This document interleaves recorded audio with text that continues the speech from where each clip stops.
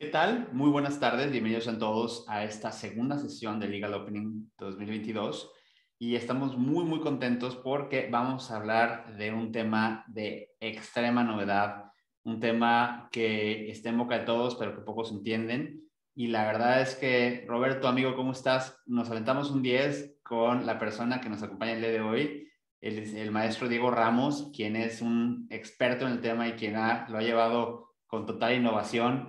Diego, bienvenido, qué gusto tenerte aquí. Estimado Ricardo, Roberto, al contrario, muchas gracias a ustedes por la invitación. Encantado de platicar un ratito con ustedes y con todos los que nos hacen el favor de acompañarnos esta tarde a platicar de temas muy interesantes y más que venir a dar respuestas, creo que venimos a compartir opiniones y a descubrir un poquito de lo interesante y complejo que es este mundo de los criptoactivos. Diego, platícanos un poquito cómo te involucras en esto, porque es un tema de extrema innovación. Tú eres socio nominal de tu despacho, un despacho muy exitoso en la ciudad de Guadalajara. Y bueno, Guadalajara es el punto de inicio, pero están a nivel nacional muy fuertes en tu despacho. ¿Qué te llama la atención que hace que de pronto digas, esto me gusta y te metiste, pero a fondo, ¿no? Completamente, como dicen, entré en un pozo sin fondo del cual hace algunos años entré y no me he podido salir, al contrario, me ha succionado cada día más. Y el origen en mi caso fue un tema, como a muchos de los que se han involucrado en este ecosistema, la típica plática social de alguien que había participado en este tema de los bitcoins y de las criptos y demás. En ese entonces no había tantas como las hay ahorita, y de ahí despertó un interés porque, como a muchos de ustedes seguramente no les hace sentido al principio, y eso provocó que me involucrara de manera directa y muy profunda en cómo funcionaba este ecosistema, primero como usuario. De ahí pues era lógica la transición ya que después de participar, usarlo, conocer el ecosistema, pues qué mejor que llevarlo a la práctica profesional, y de ahí decidimos hace algunos años abrir la práctica de criptoactivos en el despacho, la que ya llevamos varios años. Y recientemente también, como sucede en este ecosistema, por eso digo que es como un hoyo negro que te succiona y te succiona. Me he ido involucrando en diferentes maneras, también como emprendedor en proyectos relacionados con este mismo ecosistema de cripto. Entonces, podemos decir que estoy metido en esto de diferentes maneras, como usuario, como emprendedor y como abogado. Entonces, es algo que definitivamente me encanta. Qué interesante porque la siguiente pregunta es obligada y va para allá. Te metiste hace unos años y el interés y el conocimiento de la materia ha ido creciendo exponencialmente año con año. Este último año, cerrando este año y al inicio del 2022, ¿cuál es tu perspectiva? ¿Cuáles son los cambios que has visto? ¿Se ha disparado tanto el interés como a veces se dispara el Bitcoin? De pronto dan esos brincos altos. ¿Sientes que la gente está cada vez con más conocimiento? ¿Sientes que hay mucha ignorancia todavía? ¿Cuál es tu sensación al respecto? Porque creo que es un poquito todo, ¿no? Sí, sin duda, yo creo que como bien dices, es un poquito de todo, es una combinación de todo. Sin duda ha habido un crecimiento relevante que sin duda va acompañado también con el tema del precio. Cuando Bitcoin está subiendo hay más interés, cuando baja de repente algunos se esconden.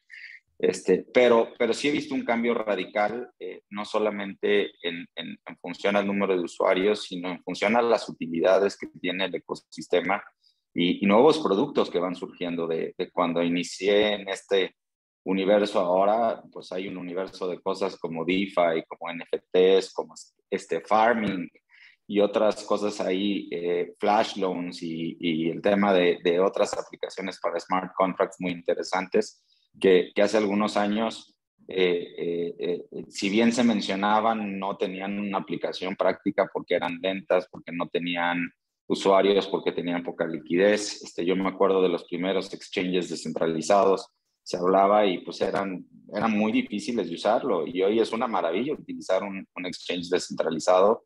Eso por la parte de la tecnología. Sucede un poquito, a mí me gusta hacer la analogía con el Internet de principios, mediados de los 90, que pues muchos los querían utilizar, no todo el mundo, muchos cuestionaban si el Internet realmente iba a ser útil para muchas de las cosas que se prometían, y conforme ha ido evolucionando el tiempo, pues cada día hay mayores aplicaciones del Internet, al punto que hoy todo gira alrededor del Internet. ¿Quién hubiera pensado en los 90 que pudiéramos estar teniendo reuniones y conferencias vía Zoom, cuando eso era de películas del futuro, ¿no? Hablar vía, hacer videoconferencias, pues eso no se podía. Y por el lado de los usuarios, también pasa algo bien interesante, los que estamos muy metidos en esto lo viven, y seguramente en el auditorio debe haber varios. En las mesas, hace algunos años, cuando hablabas de Bitcoin, eras el cuate aburrido que ya cállate y deja de estar hablando del mismo tema. Y hoy te buscan en las reuniones sociales a que les platiques sobre el tema, porque ya dejó de ser para muchos el tema de, ay, es el dinero de mentiras, algo interesante y relevante que a muchos les interesa conocer, no solamente a título de amigos, sino me ha tocado empresas, incluso algunas transnacionales que me han pedido, oye Diego, ven a darnos una plática porque nos interesa al consejo directivo entender qué es esto de esta tecnología y cómo la podemos nosotros aprovechar para lo que estamos haciendo. Entonces esto te da una imagen de cómo esto está creciendo de manera relevante y más allá de muchos de los jugadores que han estado ahí relevantes metiéndose en. Te tengo una última pregunta antes de presentarte de manera formal. Sabemos que, a ver, particularmente esta sesión tenemos un poquito de tiempo limitado porque Diego tiene que tomar un avión y gracias por ayudarnos a hacer esta presentación. ¿Cuál es tu opinión respecto de lo que está haciendo El Salvador? Porque es, de alguna forma, hay muchos miedos de manera internacional, si se puede tomar como un tipo de cambio. De hecho, la presentación de hoy tiene mucho que ver con eso, ¿no? Como la conceptualización actual que tiene México respecto de las criptomonedas.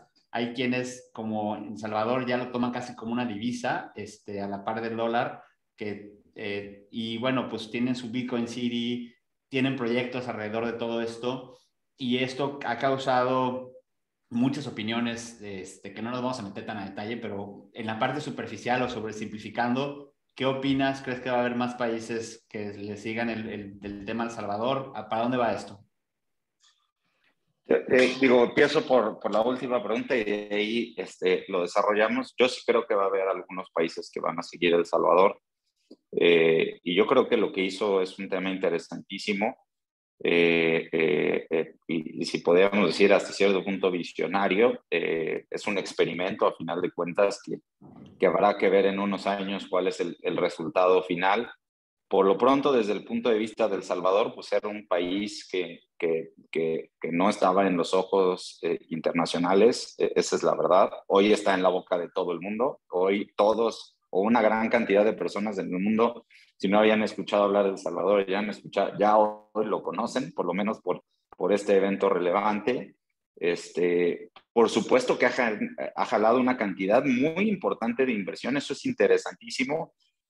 Cómo empresas bastante grandes y bastante importantes están buscando situarse en El Salvador gracias a todo esto que están haciendo, incluyendo el Bitcoin City y todas estas regulaciones, vamos a decir, pro cripto o amigables y claras en algunos casos a este tema. Y eso, por supuesto, que está generando un interés relevante en términos de inversión, en términos de marketing internacional. Bueno, pues hoy El Salvador constantemente se escucha, que también tiene, esa es la parte positiva. La parte negativa, por supuesto, que siempre el primero tiene que soportar los gobiernos internacionales.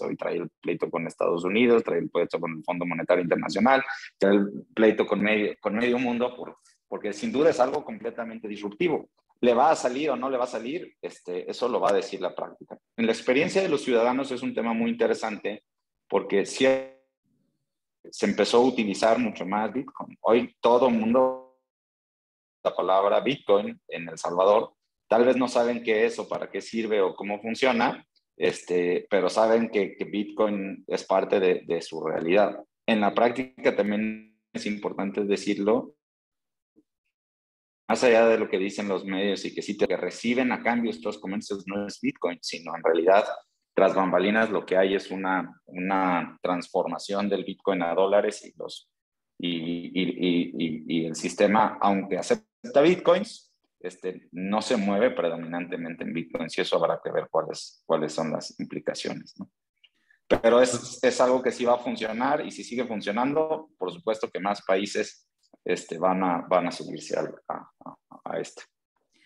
Pues teniendo un contexto general, a lo mejor parece charla de café, pero creo que es importante tocar estos temas antes de arrancar, porque si no, entonces entraríamos muy fríos. Roberto, no sé si me puedes ayudar a presentar al gran ponente que tenemos el día de hoy y con ello también el caso.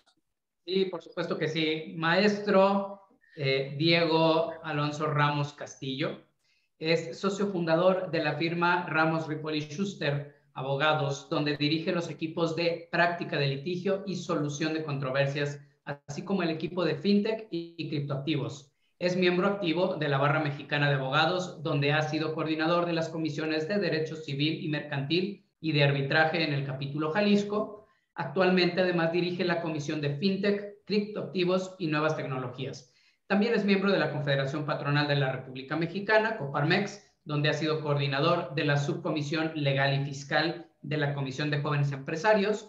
En 2017, 18, 19 y 20 fue distinguido por el ranking de mejores abogados de México que publica anualmente Chambers and Partners como abogados demandados en la categoría general Business Law, Guadalajara. Su práctica se centra en el área de litigio, arbitraje y, por supuesto, fintech y criptoactivos, además de ser docente en varias universidades. Diego, todavía no tenemos como un tema universitario, pero yo creo que ya no tardan en darte también esta cátedra. Muy honrados de que estés hoy con nosotros y muy honrados de compartir cámara contigo. No, hombre, al contrario, nuevamente muchas gracias a todos ustedes, a todos los que nos acompañan y a ustedes por honrarme con la invitación. Aclaro que como bien presentadas, mi actividad principal no es en el área fiscal, que no significa que no tenga mis opiniones y mi intervención en el tema. Y lo que quiero generar a través de esta charla sobre las implicaciones fiscales de los criptoactivos es generar un área de reflexión para los que nos acompañan, que probablemente sí lo sean, y creo que puede ser una sesión muy interesante, ¿no?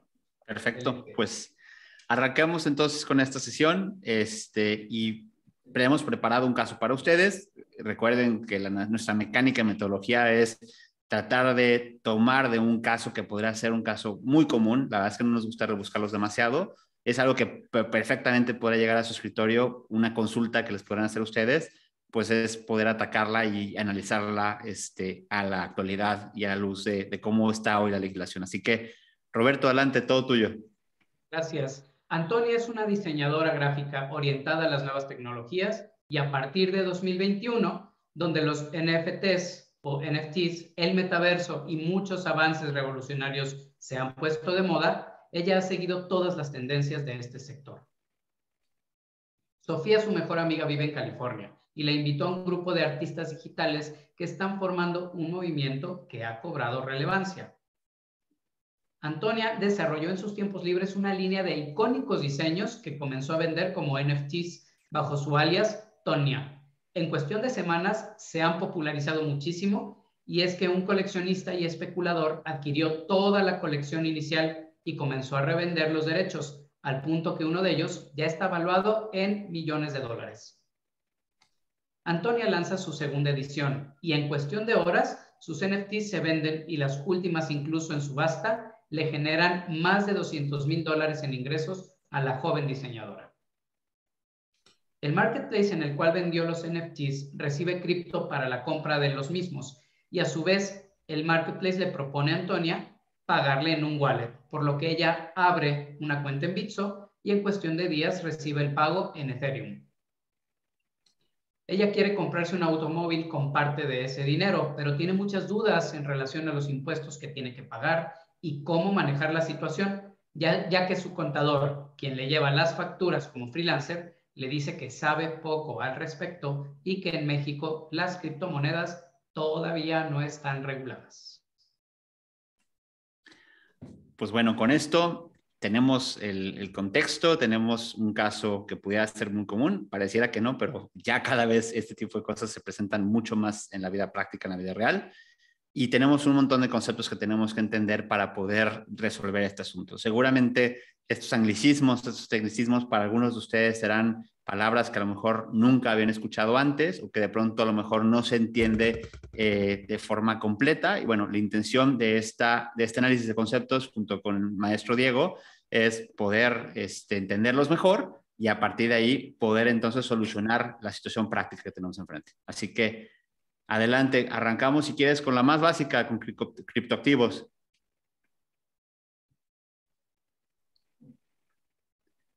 Pues sí, estimado Diego, un criptoactivo, nosotros proponemos esta definición, puede haber muchas otras, la verdad es que la que nos interesa es la tuya, pero entendemos un criptoactivo como un medio digital de intercambio que utiliza criptografía fuerte para asegurar transacciones financieras, controlar la creación de unidades adicionales y verificar la transferencia de activos.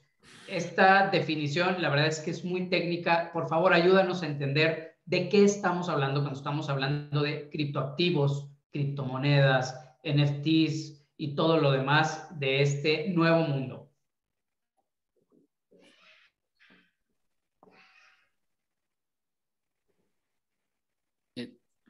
Perdimos su transmisión. Sí, aparentemente.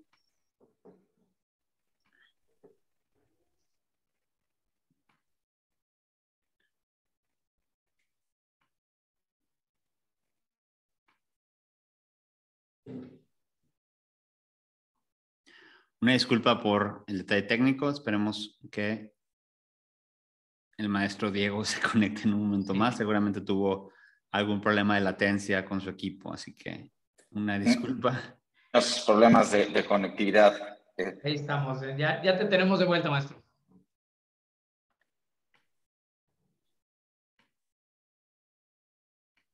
A ver, parece que ya los tengo. Te escuchamos, nada más no vemos tu pantalla.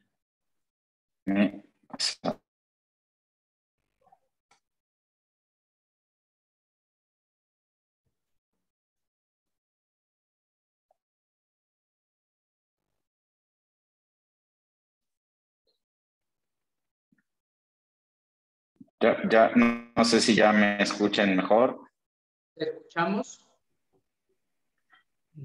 Nada Perfecto. más Parece que estoy teniendo aquí un problema de conectividad.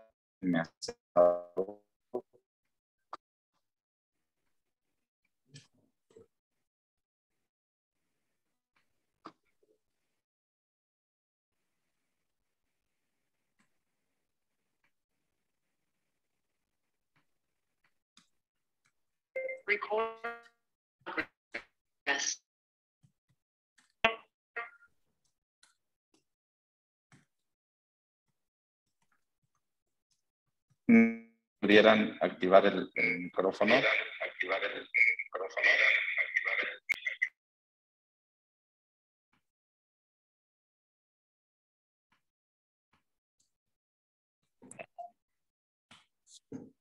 Listo, creo que así nos escuchamos. Te escuchamos ahora sí, maestro. Perfecto.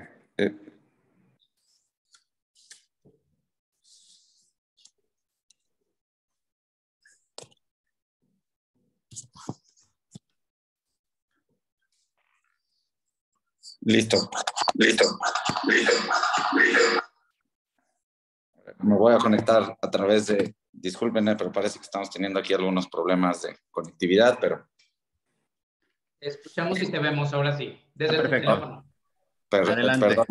Perdón, no te alcancé a escuchar los últimos segundos, Roberto. La pregunta es esta, maestro. ¿De qué estamos hablando cuando hablamos de criptoactivos? ¿A qué nos estamos refiriendo?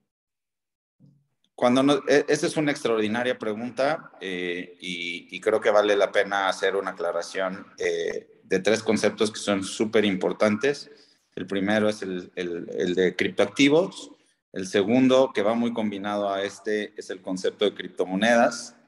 Y el último que me gustaría ponerle sobre la mesa es el concepto de activos virtuales, que son tres conceptos que constantemente se utilizan de forma indistinta, indebidamente, y que generan muchos problemas a la hora de aplicar regulaciones, entre ellas las de naturaleza fiscal, y que a propósito de los que han leído la NIF C22, hace algunas aclaraciones en relación a esto, aunque en algunas partes confunde otra vez el concepto. Primero, los criptoactivos, vamos a llamarle un género, ¿no? Como todo activo digital que se emite a través utilizando criptografía y que se emite a través de tecnología de base de datos de registro distribuido, ¿no? Los Distributed Ledger Technology. ¿Por qué hablamos de eso y no de blockchain? Porque hoy en la práctica vamos a encontrar que existen muchas plataformas o muchos protocolos que no utilizan propiamente una blockchain en estricto sentido, es decir, no hay una cadena de bloques secuencial a través de la cual se genera la información, sino que se generan a través de otros modelos tecnológicos diferentes, que no es el propósito de esta plática, ¿no?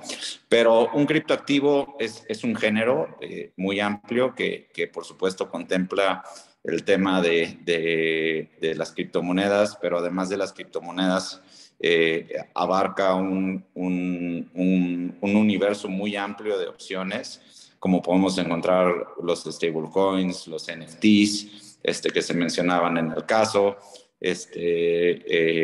los tokens utilidad o utility tokens o appcoins, como también les llaman, los security tokens o tokens valor, y un universo bastante amplio de criptomonedas, de criptoactivos, perdón, que existen en el mercado. Las criptomonedas, en cambio, y esta precisión, por cierto, la hace con buen tino en la NIF C22, de distinguir aquellos criptoactivos que se utilizan como medio para intercambiar o adquirir bienes o servicios, ¿no? Cuando tenemos un criptoactivo que se está buscando utilizar como si fuera dinero, como medio de pago, aunque no me gusta el concepto de medio de pago, sino como medio de intercambio, estamos hablando de criptomonedas, ¿no? Y cuando hablamos de activos virtuales, es importante distinguir en México, que no es necesariamente en el caso del mundo, que activo virtual es un concepto legal. Activo virtual es un concepto definido en algunas leyes, por ejemplo, en la ley para regular instituciones de tecnología financiera o en la ley PIORPI o ley antilavado, de una determinada forma. Los criptoactivos que encuadren en la definición de activo virtual de la ley serán considerados activos virtuales para conceptos legales. Y esta es una precisión muy importante, aunque seguramente ahondaremos más adelante, porque muchas veces, por ejemplo, cuando la Prodecon habla de activos virtuales, hay que entenderla por la definición legal de lo que son los activos virtuales y no necesariamente por criptomonedas. Y esto, desafortunadamente, la autoridad con mucha frecuencia y con mucha facilidad los confunde, ¿no? Entonces tenemos que los criptoactivos sería un género y de entre ese género, o mejor, especies de criptoactivos, podríamos tener criptomonedas, NFTs, hablaste también de tokens que de pronto los asociamos muchísimo a las monedas dentro de juegos concretos. Los smart contracts, por ejemplo, para nuestro mundo legal, serían otro tipo de criptoactivos, serían herramientas. ¿Cómo los catalogaríamos?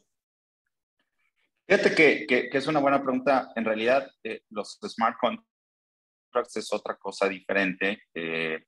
A través de los smart contracts se generan precisamente, por ejemplo, un NFT se puede crear a partir de un smart contract. Incluso algunas criptomonedas se pueden generar a partir de smart contracts, aunque la gran mayoría se genera a través de blockchains, por llamarlo de alguna manera. Pero ¿qué es un smart contract? Un smart contract, en el sentido más estricto, es un pedazo de código, ¿no? Y esto, a lo mejor para entender un poquito de los smart contracts, habría que hablar de Bitcoin y hablar de Ethereum, ¿no? Bitcoin, cuando nace como esta base de datos descentralizada, o este libro mayor, como algunos lo asemejan, este libro que lleva el registro contable de un token o de una cripto en particular, que es Bitcoin, ¿no? De una moneda. Pero eso es lo que hace eso hace Bitcoin. Mientras que en Ethereum, una de las novedades que se incluyó es la posibilidad de correr contratos inteligentes, ¿no? Y los contratos inteligentes, que también es una palabra confusa porque no necesariamente son ni contratos ni son inteligentes, simplemente es un pedazo de código a través del cual se puede generar, por ejemplo, una cripto, ¿no? Un NFT, un utility token o una cosa así. Diego, en este sentido, y justamente entrando a esta parte que vemos, Bitcoin, Ethereum, otras criptomonedas, la gente tiende a confundir lo que es la criptomoneda con el Bitcoin. Es decir, como si se volviera prácticamente prácticamente similar, pero hay muchas criptomonedas y la gente o mucha gente no termina de entender o no terminamos de entender cuál es la diferencia entre Bitcoin, Ethereum. De pronto salen algunas que son hasta de risa, como los Dogecoins, que son los que de pronto Elon Musk puso de moda. ¿Cuáles son las diferencias entre cada criptomoneda? Es decir, ¿por qué existen tantas? Y ahora sí que, ¿cómo se van colocando o qué importancia tienen estas diferencias? Sí, hablar, según CoinMarketCap, la semana pasada que lo revisaba, había cerca de 15,000 criptomonedas registradas. En realidad es un número mayor que el que registra esta plataforma, pero esto nos da un panorama de que hay un universo bastante importante más allá de Bitcoin, Ethereum o Ripple, que son las que constantemente mencionan la autoridad. Entonces, en principio yo diría hablar de cada una de ellas sería muy complicado porque son muchas y muy diferentes. Algunas de ellas tienen una funcionalidad y muchas de ellas son scams, ¿no? Son fraudes y no tienen ninguna utilidad para nada. Pero sí es muy útil para efecto de entender estas diferencias hacer clasificaciones. Y generalmente cuando me toca hablar de estos temas, parto de esta premisa que les hablaba. A ver, tenemos el universo de criptoactivos y en los criptoactivos tenemos miles de criptoactivos diferentes que sirven para cosas diferentes. Y esto para el regulador y para las reglas y para los contadores en el aspecto fiscal lo vuelve en todo un reto, ¿no? Pero podemos hacer algunos esfuerzos tomando en cuenta ciertas características y finalidades que les son comunes entre sí, generar ciertas categorías, ¿no? Una de ellas es el de las criptomonedas, ¿no? Todos aquellos criptos que están destinados a utilizarse como medio de pago y que esa es su función, para eso se crearon, pues caerían en la categoría de criptomonedas. Todas aquellas monedas que surgen a partir de una plataforma, que sirven, vamos a llamar como la energía o la gasolina que hace correr esa supercomputadora a través de las que corren los smart contracts y demás. Los podríamos llamar platform tokens como Ethereum, como EOS, como Cardano, como muchas de esas, ¿no? Luego tenemos las que son utility tokens, ¿no? Que son tokens que tienen una funcionalidad o utilidad dentro de un ecosistema determinado, ya sea que los consideremos como si fueran una especie de puntos, ¿no? De recompensa o de reconocimiento de lealtad, o como prepago de bienes o servicios, pues podrían caer en esta categoría de los utility tokens.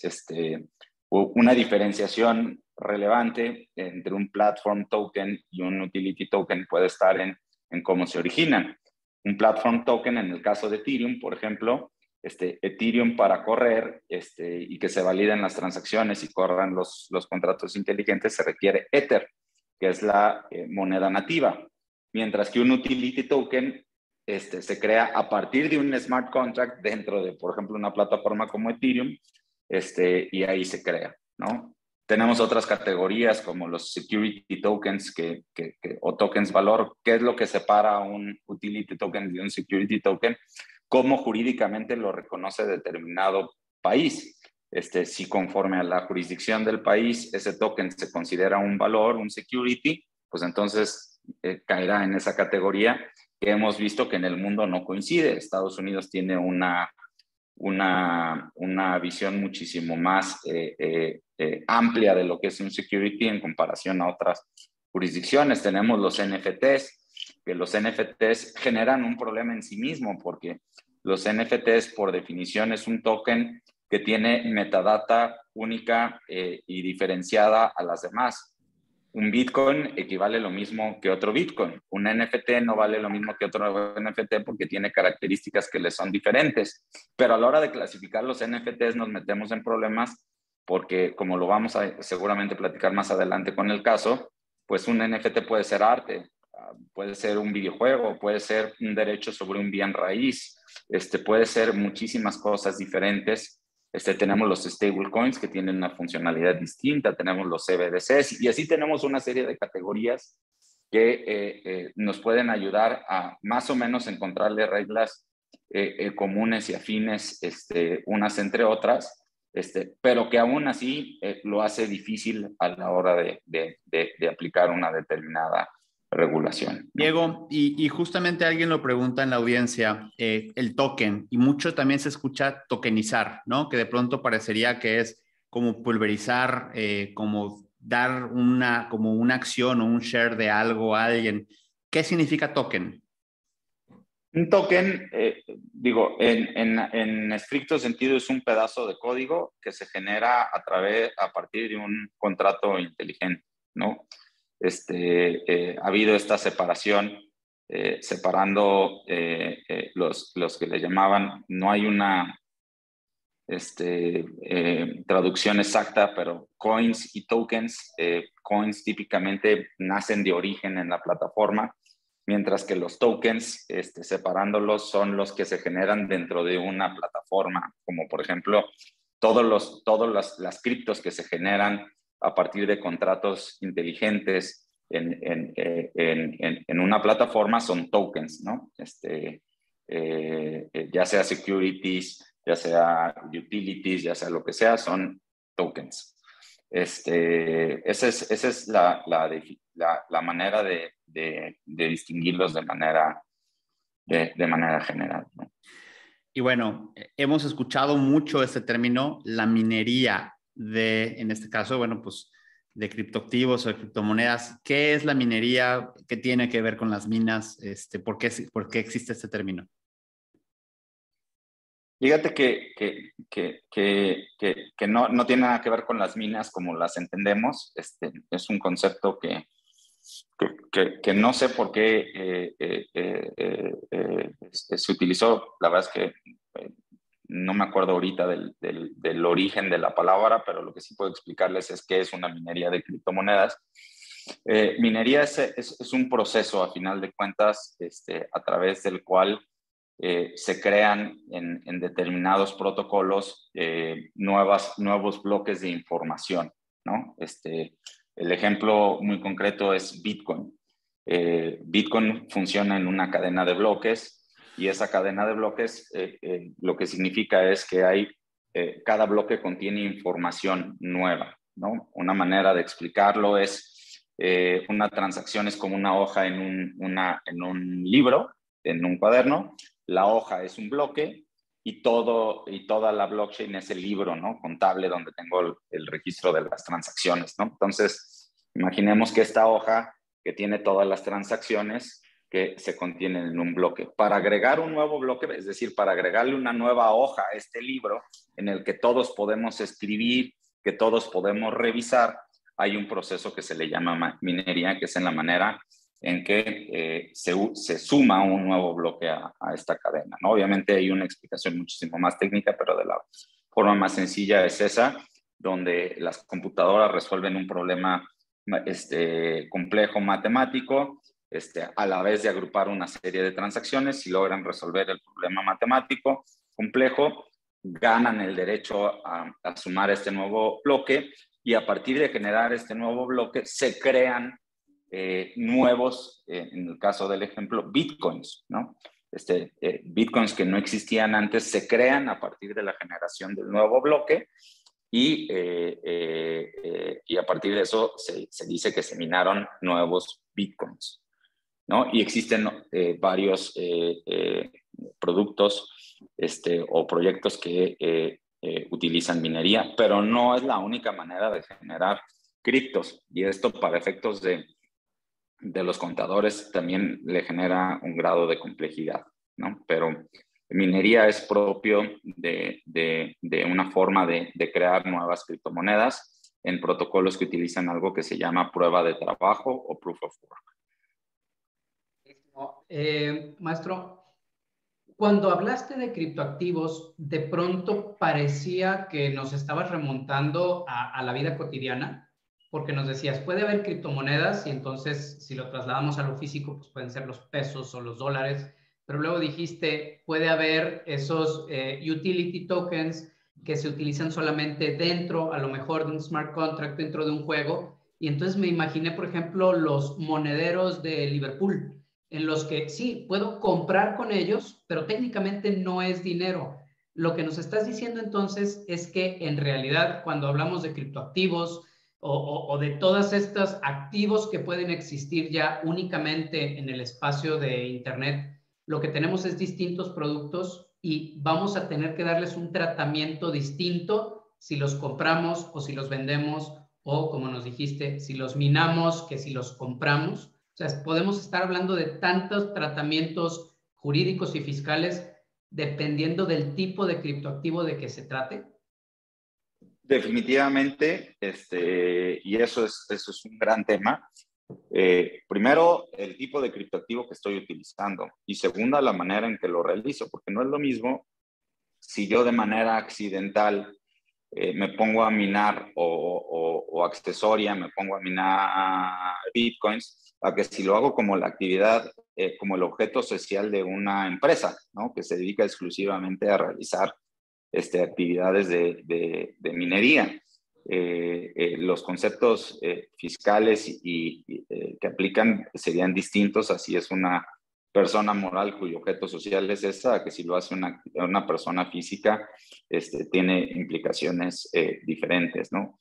Y también el cómo lo adquiero o para qué lo utilizo o cómo funciona puede tener implicaciones diferentes. El ejemplo muy práctico es el NFT, un NFT que en el subyacente podría considerarse arte, que es una discusión interesante que podría tenerse, que tiene algunas implicaciones de naturaleza fiscal distinta a que si lo consideramos un activo común y corriente, como lo pudiera ser Bitcoin, ¿no? Y ahí muchas de las opiniones, por ejemplo, particularmente la de la Prodecon, ha generado más dudas que respuestas, ¿no? Perfecto. De hecho, por ahí, usuario de Zoom, por favor, renómbrense para que podamos decirle su nombre. Pregunta si para efectos fiscales, sea física o moral, representa un ingreso. Justo vamos a tratar dentro de esta guía del caso un ejemplo únicamente, porque creo que eso lo platicábamos fuera de cámara, Diego. Como no hay una regulación específica respecto de cuántos impuestos tengo que pagar si vendo Bitcoin contra cuántos impuestos tengo que pagar si vendo un NFT o un token de un juego o si creo y vendo toda una línea de plataforma tipo Ethereum, entonces es ahí donde entras tú y donde entran los abogados y los contadores para decirnos ¿cuál podría ser uno de los posibles tratamientos? Me encantó el ejemplo que utilizaste. Los NFTs yo los ubico como arte electrónico, pero me acabas de decir que también se le podría dar tratamiento de criptomoneda. ¿Cuál tenemos que utilizar y cuándo? No sé si quieres echarte un clavado y decirnos o adelantarnos qué es lo que tenemos que hacer con estos criptoactivos. Yo creo que el primer concepto importante a transmitirles a todo el auditorio es que primero el concepto de criptomoneda no existe en ninguna de nuestras regulaciones, ni criptoactivo, ni utility token, no existe ninguna regulación o alguna norma, dígase fiscal, financiera o de ningún tipo, que haga de referencia expresamente a esto. La única que no es de naturaleza fiscal hace referencia a este concepto de activos virtuales que mencionábamos hace rato.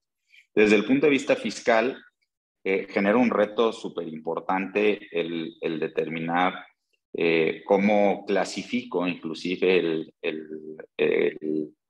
el criptoactivo que traigo, porque puede ser inventario, puede ser un activo intangible, o puede ser simplemente un activo, según lo que, por ejemplo, señalaba el ANIF C22, que se emitió hace algún tiempo, para intentar ver desde el punto de vista contable cómo se hace. Pero luego, por ejemplo, en el caso de la Prodecon hace poco sacó una serie de recomendaciones, que hay que aclarar que son recomendaciones, no es como que sea un criterio vinculante que necesariamente tenga que aplicar la autoridad fiscal o la autoridad judicial, pero por supuesto que sirven y orientan, donde hace una serie de interpretaciones que generan algunas complejidades y que por supuesto también nos da a ver que hay todavía una falta de entendimiento de cómo funciona este ecosistema, porque para empezar lo que dice la Prodecon en esa opinión está atendiendo una parte mínima de todo lo que está sucediendo en el ecosistema, porque lo que sacó Prodecon únicamente se refiere a personas físicas, se refiere a la actividad de compraventa de activos virtuales y criptomonedas. Ahí lo mezcla la autoridad, este concepto de activo virtual y criptomoneda de manera indistinta e indebida, y empieza a utilizar algunos conceptos como que se debe de tributar como enajenación de activos, ¿no? Mientras que por ahí había una consulta que alguien hace algunos meses hacía al SAT, donde pues el SAT con mucha pericia pues le contestaba diciendo, pues es tu problema, aquí entra la autodeterminación y tú hazlo como se te dé la gana, pero pues en una de esas puede ser otros ingresos, ¿no? Para muchos debería de tributarse a través de otros ingresos. Y ahí es donde empezamos con estos problemas, donde empiezan a generar problemas prácticos, porque en el caso de enajenación de activos, pues tienes, que lo menciona la Prodecon, el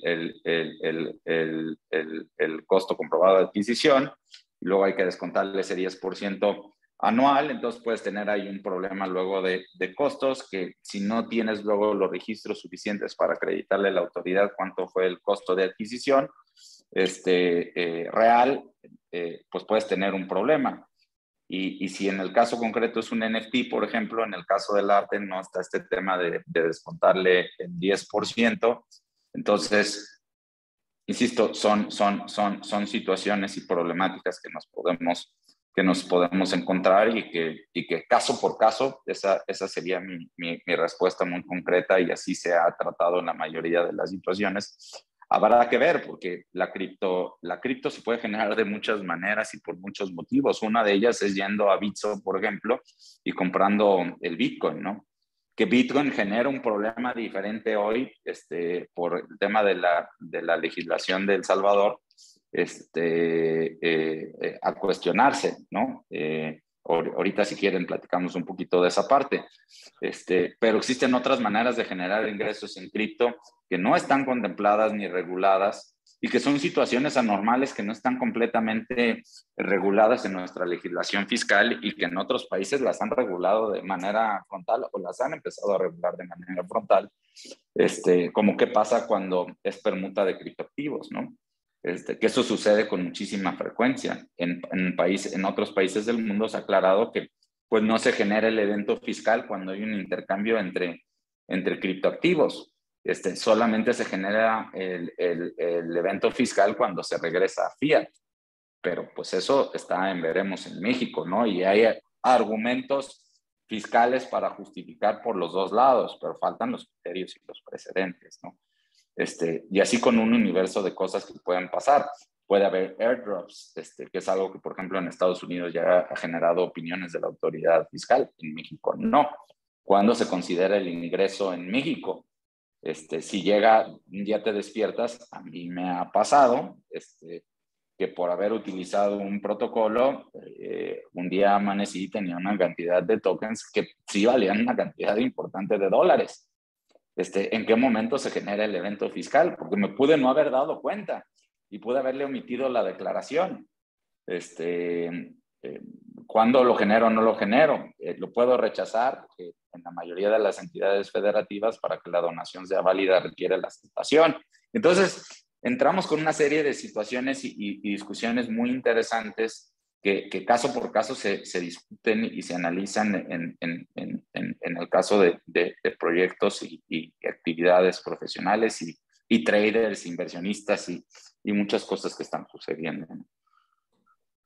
Y en este sentido, y bueno, es muy interesante porque justamente pusimos el ejemplo de Bitso y no fue al azar, y no es que nos patrocine, sino es uno de los wallets autorizados en el país y que la Comisión Nacional Bancaria de Valores le dio su autorización, digamos que tiene su licencia, y es la única forma actualmente, bueno, nos gustaría que nos platicaras, la gente digamos que entra como por el tema del fear to missing out, ¿no? Un poquito por el hecho de empezar a ver cómo se come, pero la única forma de poder entrar es a través de estos wallets, que se les conoce, estas carteras electrónicas, donde de alguna forma se empieza a cambiar dinero de curso corriente por un intercambio en este caso, de criptomonedas sobre todo, ¿no? ¿Cómo funcionan estos portales? Específicamente Bitso, no sé si quieres hacer alguna especificación relacionado a esta empresa que tiene licencia y que creo que es de las únicas que tienen licencia a nivel nacional, y la importancia que tienen en el tema en específico. Sí, claro. Bueno, voy a mencionar lo que sé que es público y no violo ninguna confidencialidad. Lo primero que diría es hacer una aclaración en cómo está operando Bitso y cómo habría que hacer una separación, que por cierto esta separación se da a partir de la circular 4/2019 del Banco de México que emite en marzo del 2019. Bitso tiene su operación separada en dos entidades diferentes. Una entidad que es mexicana, que es una entidad financiera regulada, que se llama Biopagos, que es la que se encarga de operar todo lo que tiene que ver con wallets en fiat mexicano. Eso es lo que hace en Biopagos. Y por otro lado, todo lo que tiene que ver con la actividad de criptos no se hace en México, y esto es importante aclarar. Y no es que está regulada por México, en realidad está regulada por Gibraltar, que es la jurisdicción donde, a partir de lo que sucedió por esta circular 4/2009, Bitso decidió irse a regular y combinar las dos actividades diferentes. Que eso, por supuesto, genera algunas situaciones complejas desde el punto de vista fiscal, porque si estamos viendo que las operaciones con criptomonedas que puedo tener, incluso las comisiones por cripto que me cobra esta entidad que se llama The Badger Limited o algo así, pues puede Bitso no quererme facturar, por ejemplo, o no cumplir con las reglas para emitirme los comprobantes fiscales y eso puede generar problemas prácticos bastante relevantes. Más allá de que eso es uno de los problemas para mí más relevantes e importantes que hay, es dónde se está realizando la operación. Si Bitso hace la función de ser un intermediario entre la oferta y la demanda, y yo solamente soy una de las partes en la operación de compraventa o permuta de criptoactivos, la pregunta es ¿dónde se está realizando la operación? ¿Se está realizando en México? ¿Se está realizando en otra jurisdicción extranjera? Porque la gran mayoría de las veces yo no sé quién es mi contraparte, ni a quién le estoy comprando y cómo le estoy comprando. Entonces eso genera problemas interesantes y relevantes.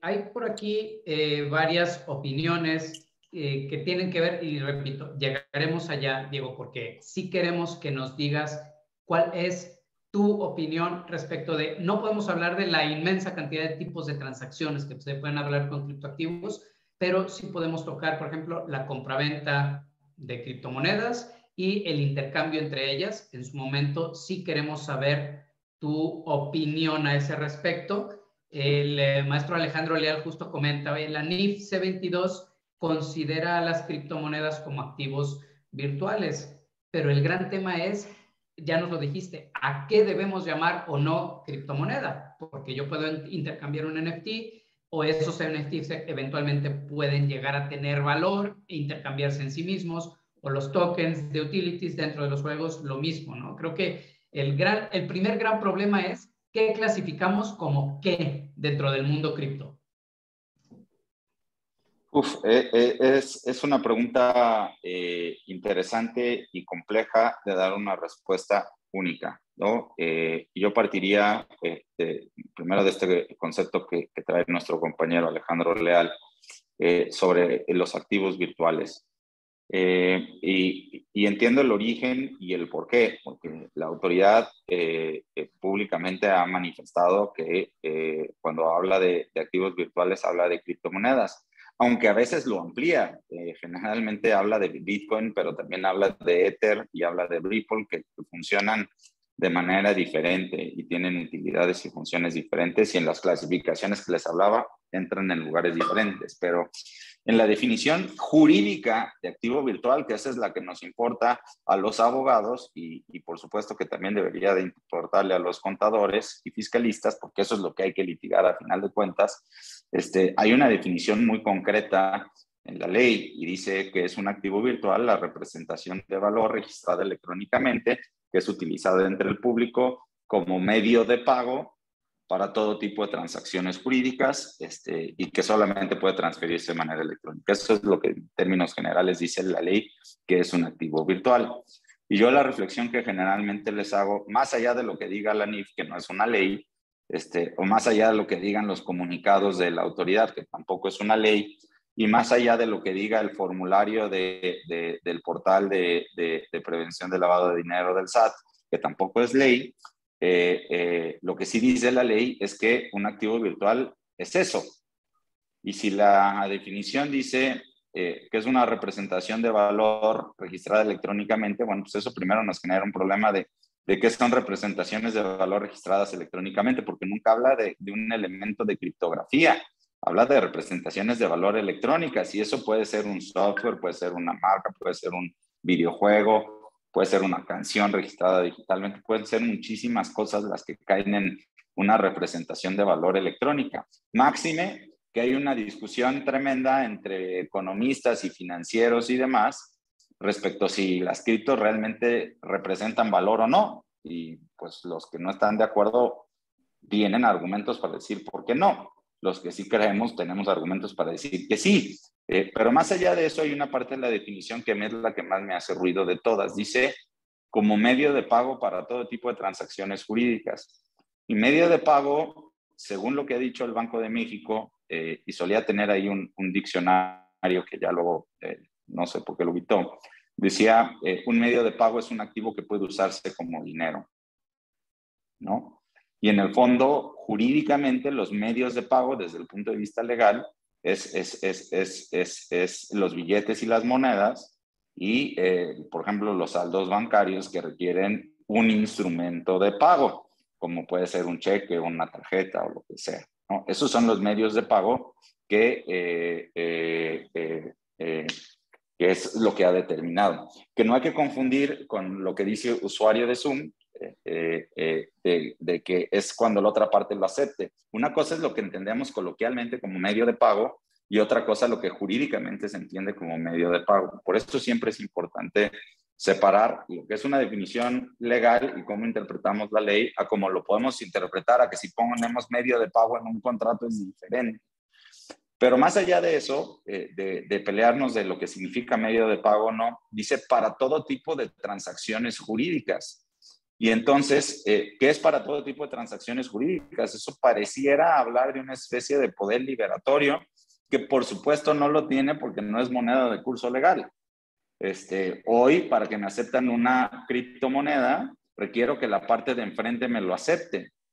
Y en la práctica, pues no me lo aceptan en la gran mayoría de los casos. Y aunque me los acepten, como la propia Prodecon lo dice en su comunicado, como lo ha dicho el Banco de México en su posicionamiento, es mínima las personas que realmente lo utilizan para intercambiar bienes y servicios, porque la gran mayoría los utiliza para especulación, ¿no? Esperando que suba el valor y que quede. Entonces, el tema de activos virtuales es algo que en un litigio, más allá de lo que todo el mundo por encima dice, se puede cuestionar si existe una criptomoneda que caiga en la definición de activo virtual.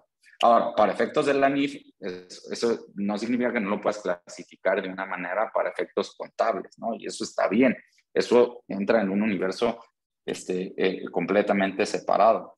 Pero ahí empezamos a tener problemas. Bitcoin, y esto me abre la posibilidad de hablar sobre el tema, es el ejemplo de oro de lo que la autoridad estaba pensando, el legislador estaba pensando cuando hablaba de activo virtual. Eso sí me queda claro. Que no cuadra en la definición, ese es otro problema de deficiencia legislativa, pero me queda claro que a Bitcoin por lo menos sí se refería. Pero cuando tienes una jurisdicción, cuando tienes una jurisdicción como es El Salvador, que lo convierte en su moneda de curso legal, la pregunta jurídica es si ya es una divisa o no es una divisa.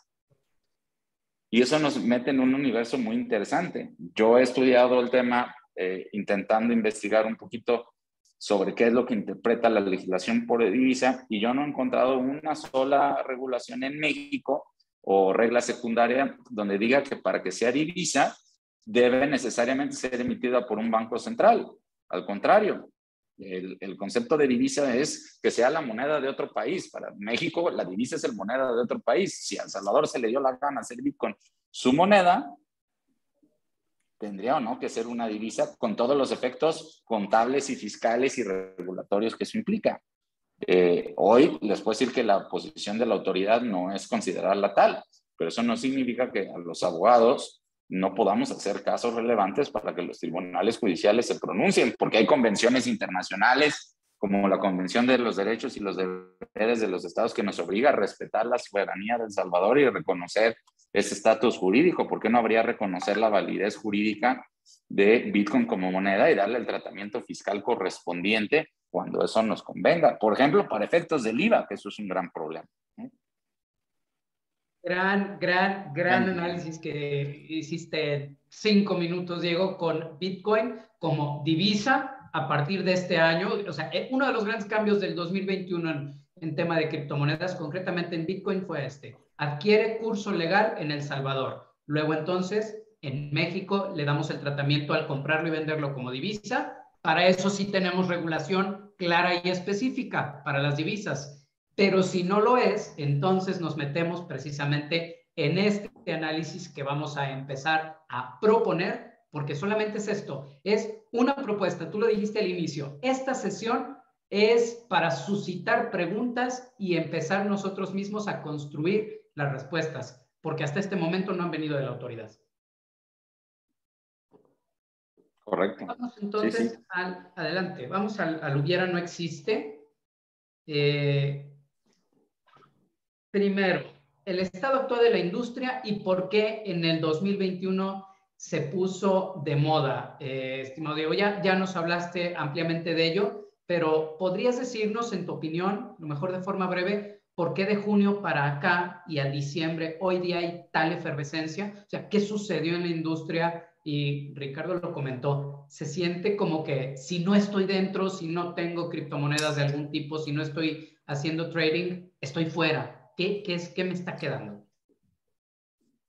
Pues digo, para mí el tema, más allá de la adopción y demás, es todo lo que está pasando alrededor. Uno de los aspectos fundamentales es el crecimiento exponencial que ha tenido Bitcoin, no necesariamente de junio a la fecha, que por cierto ha caído un poco en estos días, pero sino desde el año pasado.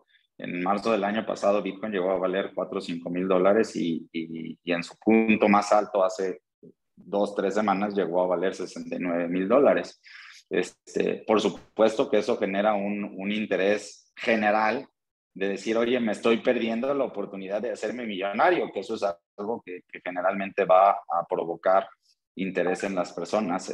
Esta idea de hacerse rico rápido que impera en este tipo de modelos surge y provoca siempre crecimientos y escaladas importantes en los precios. Pero más allá de esa parte especulativa han pasado muchas cosas relevantes que por supuesto que llegan a generar ruido. Por supuesto que el tema del Salvador genera un interés, que eso sucede en junio a la fecha.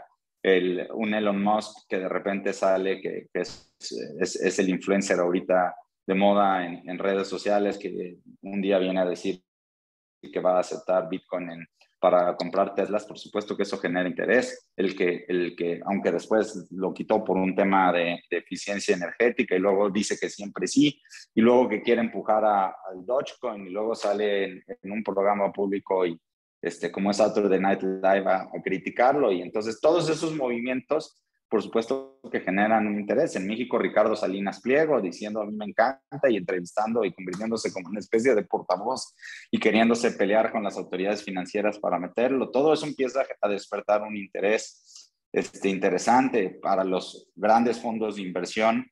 Pues están viendo que es un área de oportunidad gigantesca y todos están interesados en participar de una forma o de otra en este tema. Entonces todo esto empieza a generar, por supuesto que una efervescencia, y lo vemos en Estados Unidos con la discusión de la ley de infraestructura, pues que se convirtió en un tema hasta político, ¿no?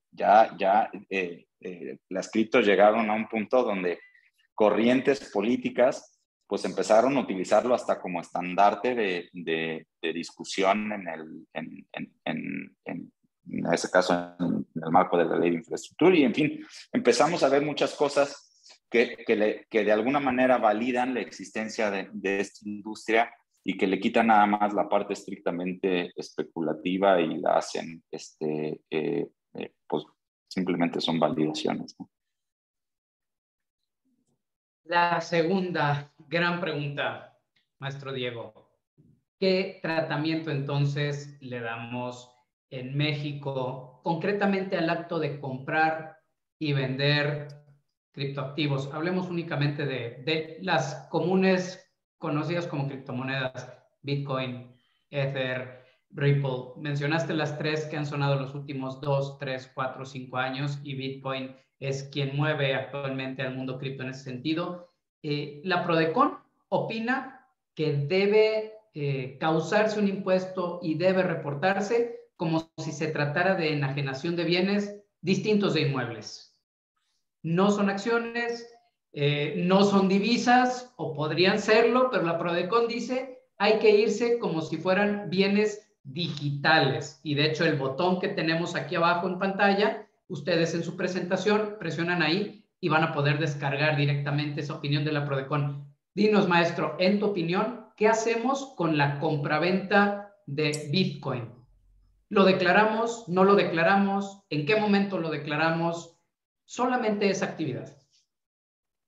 Pues mira, yo creo que la primera respuesta es, creo que dar una opinión generalizada, porque luego esto sucede mucho en este tipo de conferencias, que siempre hay alguien que escucha, esto inmediatamente voy y le instruyo a mi contador que tiene poco conocimiento. A mí me dijeron que era esto y ya, y hay que revisar la verdad caso por caso y determinar cuál es la mejor estrategia.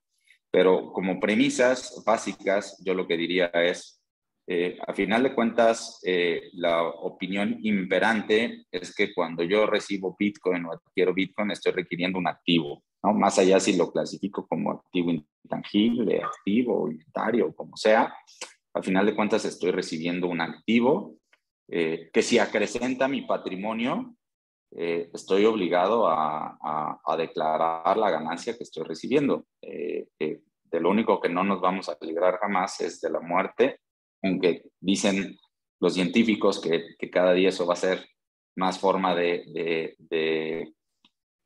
prolongar, pero de los impuestos definitivamente no, y las autoridades poco a poco se están preparando para vigilar de mejor manera todas las operaciones que estamos haciendo. Entonces, lo correcto es empezar a hacer tus declaraciones y a contemplar y a llevar un registro de lo que estás haciendo y cómo lo estás haciendo. Ahora, ¿eso cómo se tributa? La verdad es que depende mucho de lo que estás haciendo.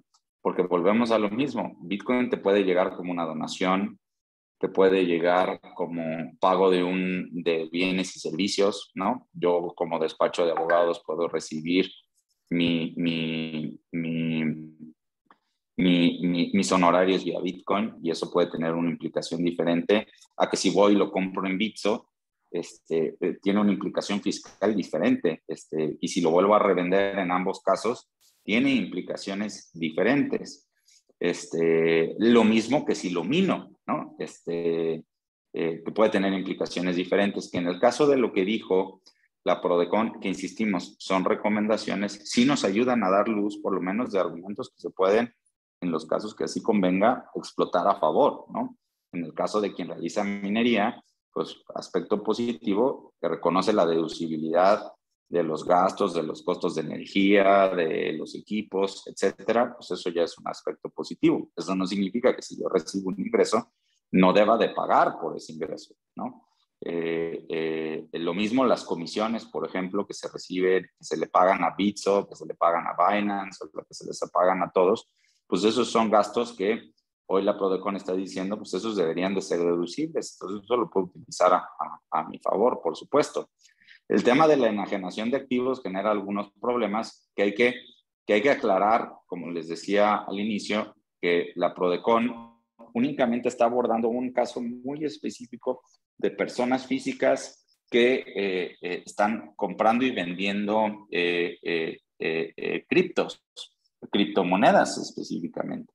Y en el caso de las criptomonedas, cuando habla de compraventa, estamos hablando de intercambio, según lo que dicen los códigos civiles. Una compraventa es el intercambio de un bien a cambio de un precio cierto y en dinero, ¿no? Entonces, si lo que estoy vendiendo o comprando mi cripto con otra cripto, eso ya no es una compraventa y no necesariamente cae entre lo que dijo la Prodecon, que la Prodecon únicamente está hablando de ¿cómo se llama? La compraventa de criptomonedas, que para muchos fiscalistas, incluyendo esta opinión, por ejemplo, en la consulta que hacía el SAT, más que como una enajenación de activos que te lleva al costo comprobado de adquisición y que te lleva al tema de la retención del 20%, que puede ser muy compleja. Muchos hablan de mejor tributar a través de otros ingresos con las consecuencias y características que puede tener. Pero insisto, creo que esta decisión tiene que ser a partir de una estrategia que hay que diseñar en el caso muy específico, y en el mejor escenario, pues a lo mejor crear los vehículos dependiendo de la actividad para hacerlo, ¿no? Y ahí es donde entran pues los hacks, ¿no? Que hay que hacer, o las estrategias que hay que plantear en cada escenario. Sin ir más lejos, por hablar de una de estas estrategias o hacks, y es por ello que es tan importante que contadores y abogados, criptoabogados, se vale el término, maestro Diego, vayan de la mano, porque si se trata de enajenación de bienes, entonces todas las transacciones dentro de la regulación actual todavía vigente a 2021, cada transacción que sea menor de 227,400 pesos, pues ni causa retenciones, ni causa obligación de declarar en ese momento, atendiendo únicamente a ese régimen y únicamente, como dices, si lo consideramos una compraventa de criptomoneda, no una permuta entre criptomonedas, no, nada de eso. Entonces, ¿qué podemos decir? La primera realidad con las criptomonedas en México es que no hay una única regulación, no hay regulación uniforme, y por lo tanto lo que hay son tantos caminos cuantos los criptoabogados y los contadores descubran y construyan para cada contribuyente en particular, ¿no? Yo aquí tengo una pregunta que está sobresimplificada, y también espero una respuesta que no sea tampoco tan detallada, porque igual no quiero que sea comprometedora. Pero ¿se puede considerar que río revuelto ganancia de pescadores? A ver, ¿otra vez? O sea, ¿se podría considerar que con esta falta de conceptualización, o en este momento clave en la existencia de estos activos, un poco río revuelto, ganancias de pescadores? O sea, ¿vamos a encontrar algunas cosas interesantes en el futuro? Sí, sin duda, y es una buena oportunidad para ir estableciendo. Ahorita hay muchas ventajas y puedes jugar con lagunas, puedes jugar con interpretaciones y puedes jugar incluso con el mismo desconocimiento que tiene la autoridad del tema, que eso irá cambiando poco a poco.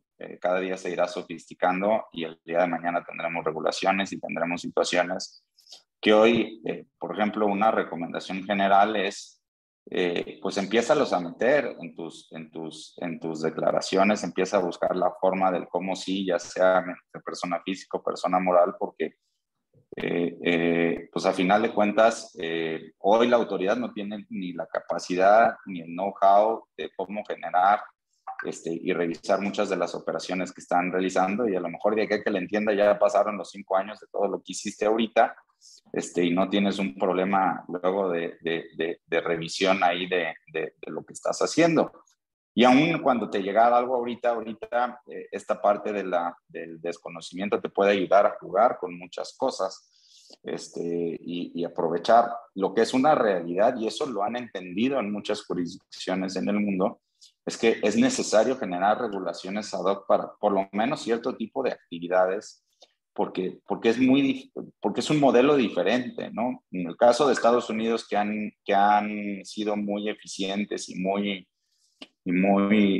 proactivos en la parte regulatoria, ellos mismos se han dado cuenta que, por ejemplo, no lo puedes tratar como propiedad común y corriente y generar un impuesto cada vez que se regresa a fiat, cuando su naturaleza puede servir como medio de intercambio de bienes y servicios, ¿no? Y por eso en Estados Unidos, por ejemplo, decían, oye, pues está padre que con el concepto general, si yo invertí $1 millón y hoy tengo 10 millones de pesos y los vendo, pues por esos 9 millones de pesos tengo que pagar impuestos. Eso está claro, ¿no? Y eso puede funcionar como con cualquier otro activo.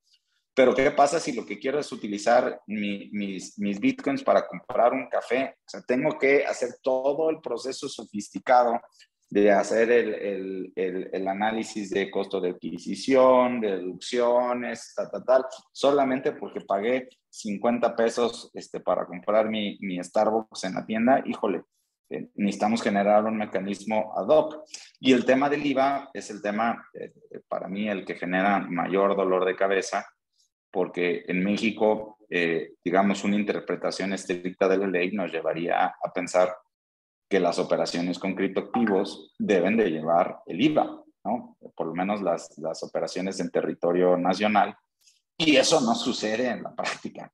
No hay nadie que te cobre el IVA ni que te lo descuente, y ahí hay una contingencia que en otros países del mundo, por ejemplo en Europa, se ha resuelto a través del Tribunal Europeo con jurisprudencia, ¿no? Que han dicho que para efectos fiscales debe considerarse, como es un medio de pago, debe considerarse que no lleva IVA. En otros países lo han regulado específicamente, como el caso de Portugal o como el caso de España.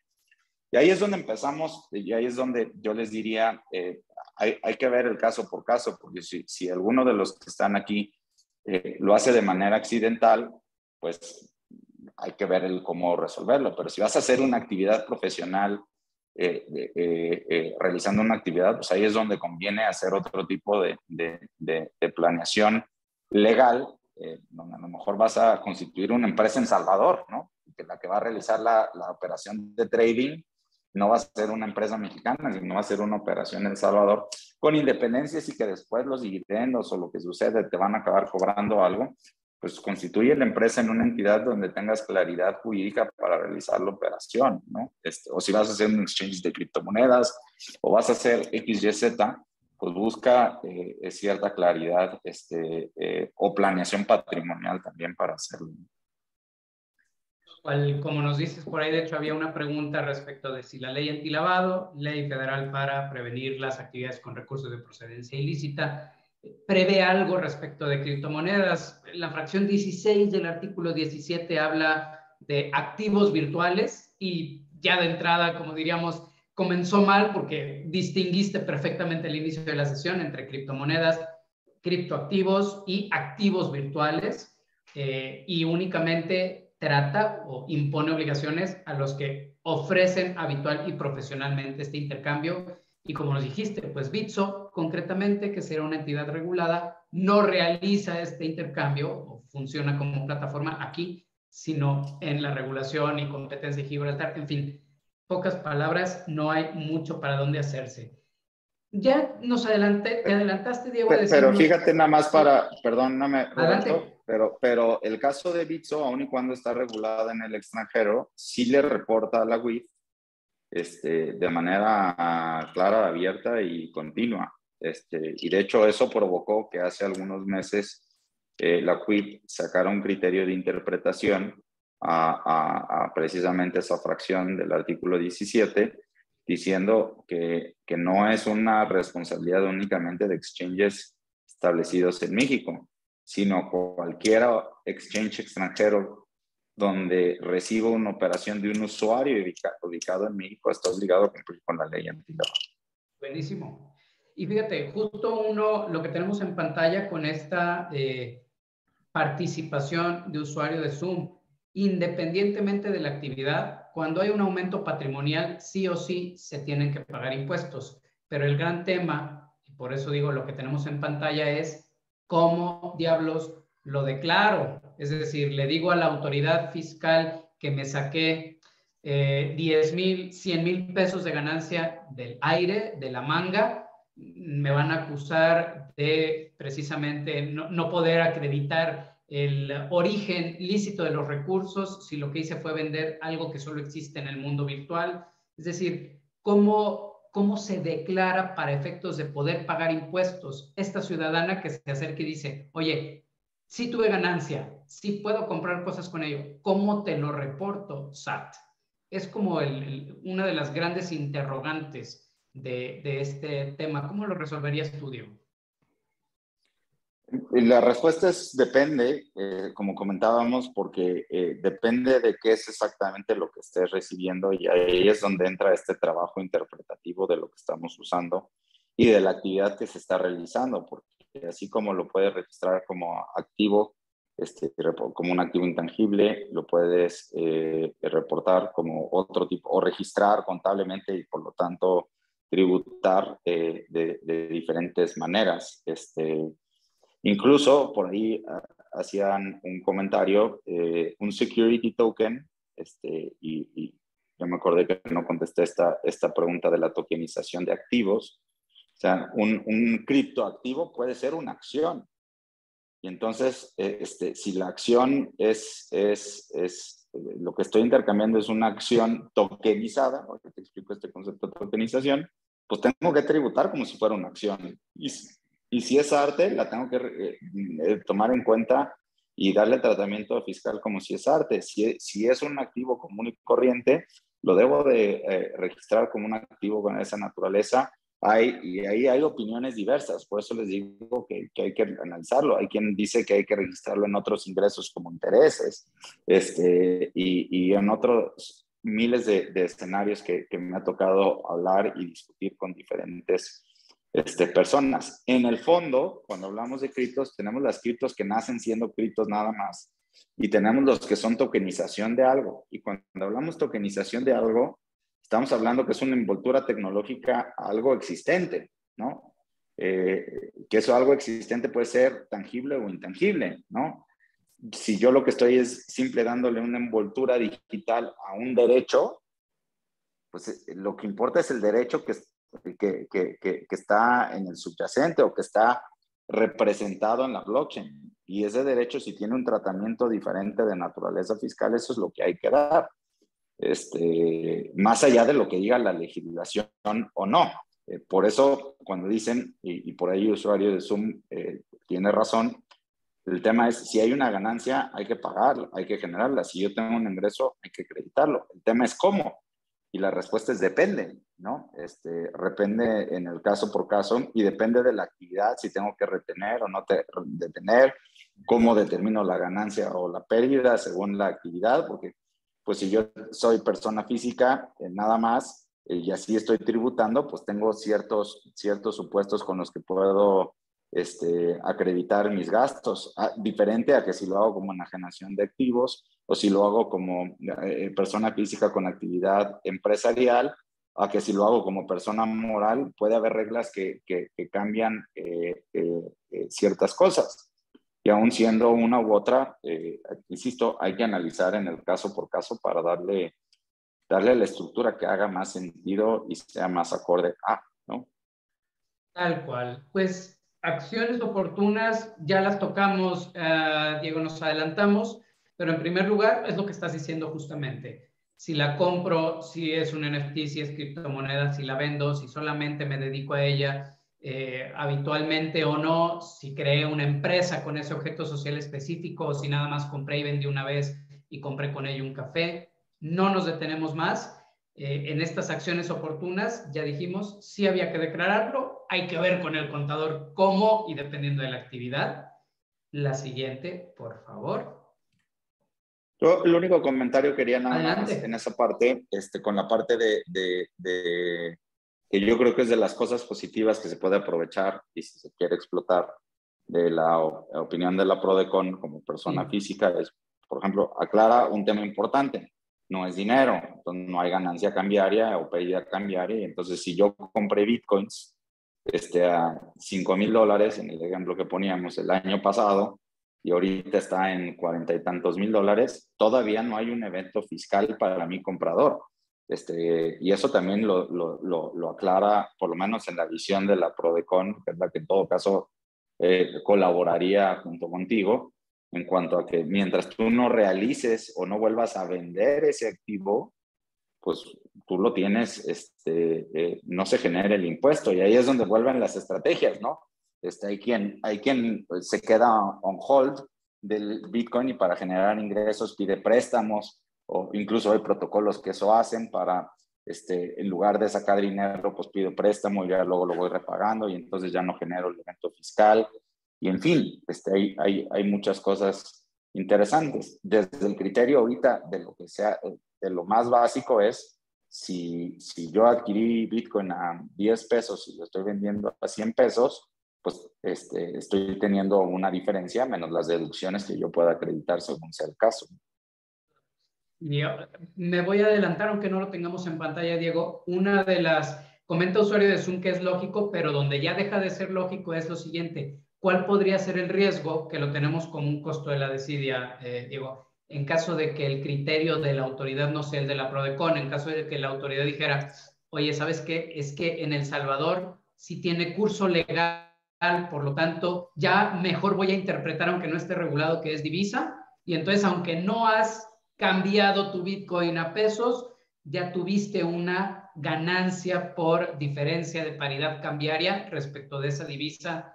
¿Lo ves venir? ¿Es un riesgo que podría ocurrir que la interpretación de la Prodecon eventualmente, y no estoy hablando en años, en a lo mejor semanas o meses, no sea la misma que el SAT? No, definitivamente eso puede suceder y puede ser muy diferente la que los tribunales colegiados puedan interpretar al final o en su momento la corte o el tribunal fiscal, ¿no?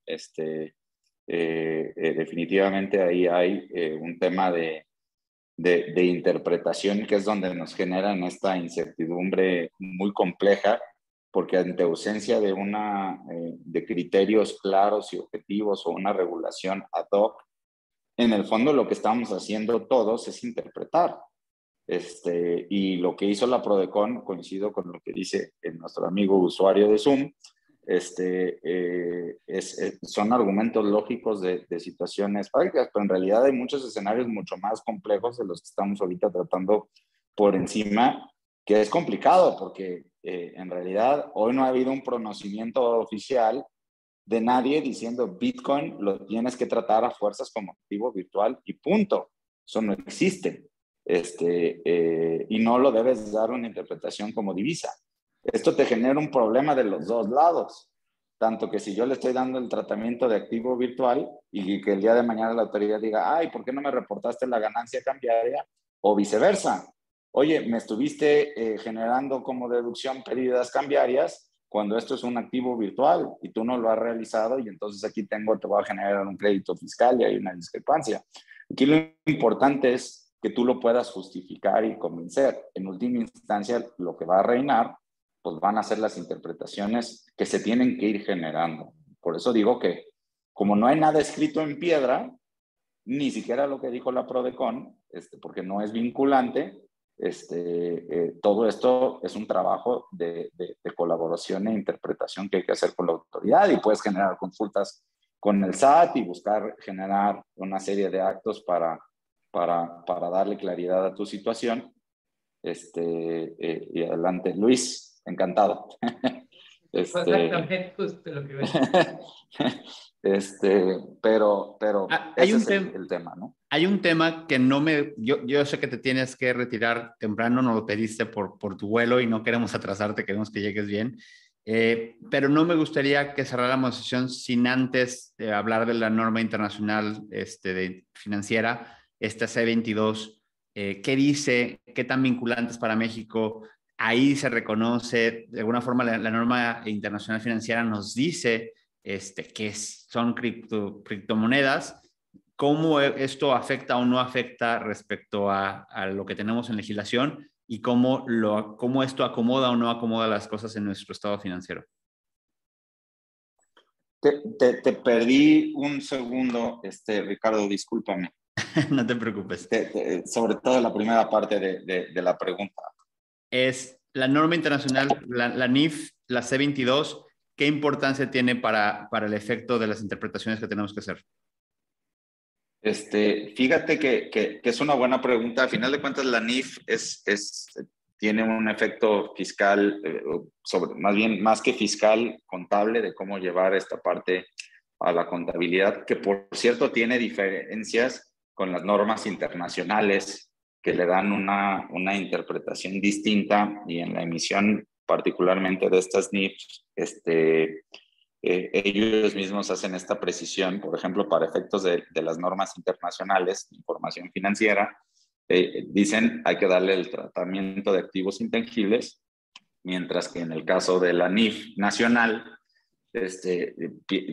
hacen una diferenciación para decir que no por regla general, sino se le debe dar el tratamiento de activo, y con todo es lo que implica en el registro contable y llevar el tema, pero no deja de ser una norma para llevar el registro de cómo meto en mi contabilidad y cómo reflejo en mis estados financieros X o Y, Z operación que se realice con cripto. Y eso, por supuesto, que da luz e interpretación a los temas, que no significa que sea la opinión jurídicamente reinante, pero sí es algo que ante una situación de un litigio perfectamente puedes llevar, por lo menos para efectos de responsabilidad, a justificar: oye, pues yo toda mi operación la hice basada en una NIF, que no me inventé yo,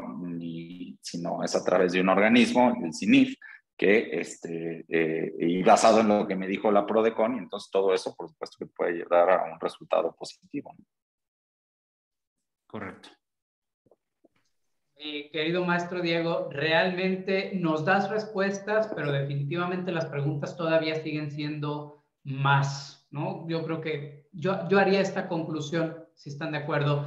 Hay que declarar, hay que procurar pagar impuestos con las interpretaciones que tenemos, más las estrategias que podemos hacer con abogados como tú y con los contadores que ya manejen también todo este tipo de bienes digitales.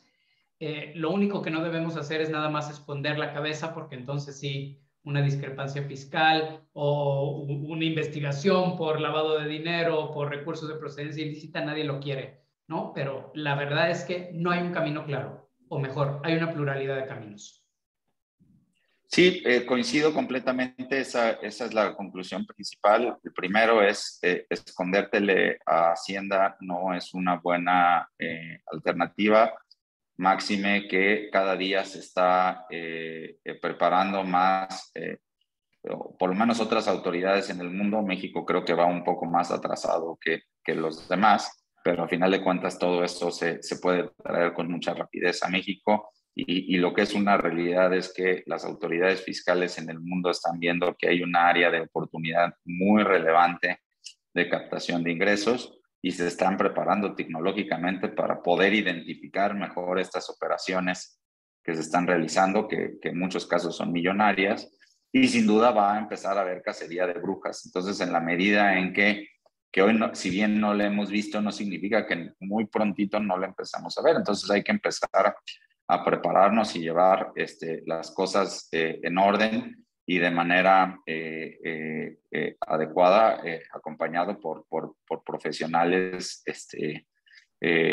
fiscales y contables. Pero esta sí es una segunda recomendación. Hay que tener al contador y al fiscalista de la mano, pero si ellos no son expertos o no entienden muy bien el tema cripto, sí vale la pena que estén acompañados de un abogado que sí entienda este tema, junto con ellos para encontrar cuál es la mejor solución al caso concreto. Sin duda entiendo que esto es un tema que hay más dudas que respuestas, y esa es la realidad global, salvo los países que han empezado a generar regulaciones ad hoc.